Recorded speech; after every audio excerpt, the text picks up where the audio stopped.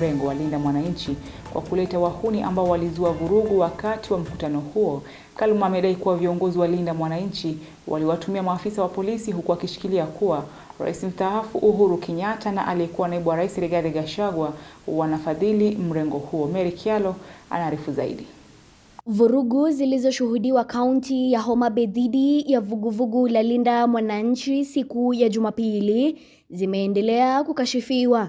Chama cha ODM kimekashifu matukio hayo, kikiweka wazi kuwa kila kiongozi hana haki ya kufanya mkutano wa kisiasa maeneo tofauti nchini. Honorable Orengo, Honorable Babu, Honorable Sifuna, currently as it is, those are members of ODM. And I would also like to state that in its existence for the last 20 years, ODM has stood firm in its fight for democracy. ODM has stood firm in its fight against violence. Mbunge wa Homa Bay mjini Peter Kaluma, ambaye amehusishwa pakubwa na vurugu hizo, ameonekana kujitetea dhidi ya madai hayo, akilaumu viongozi wa Linda Mwananchi na kudai kuwa viongozi hao walitumia wahuni katika mkutano wao. That violence and the 16th August rally was solely funded by President Uhuru Kenyatta. To undertake that violence, Honorable Governor James Orengo, Babu Owino, recruited very dangerous criminals, most of whom are facing murder trials currently. Kaluma pia ameweka wazi kuwa alitoa amri kwa wakuu wa maafisa wa polisi wa kaunti ya Homa Bay kufurusha vuguvugu hilo kwa hofu kuwa wakazi wa maeneo hayo wangepoteza maisha yao, akitaka uchunguzi wa kina kufanywa kuhusu mikutano ya mrengo ya Linda Mwananchi. I contacted the county police commandant and asked him to exit the convoy out of Homa Bay away from Homa Bay town, noting the town was too crowded, tension was high, and it was already dark.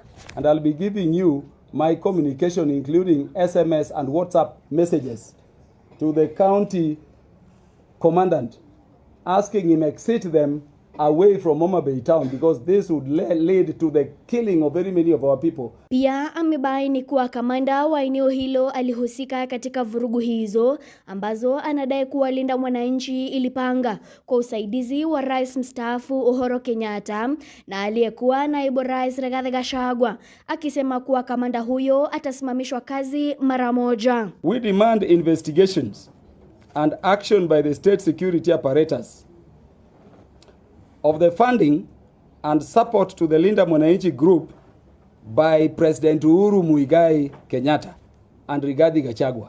I've told you Uhuru Muigai delivered 100 million to Governor James Orengo in the night of 14th. I've also told you that Rigathi Gachagua, that guy you always see around him wearing hoods, Morara, was in Homa Bay with Olivetti commanding the team that was killing our people. But we demand the immediate transfer and removal of the Nyanza Regional Police Commandant and all the officers who aided the violence upon our people. We don't want that woman in Kisumu aende where she can work for the people instructing her to hurt our people. We demand the immediate and firm action against the Linda Mwananchi leadership for the violence meted against our people.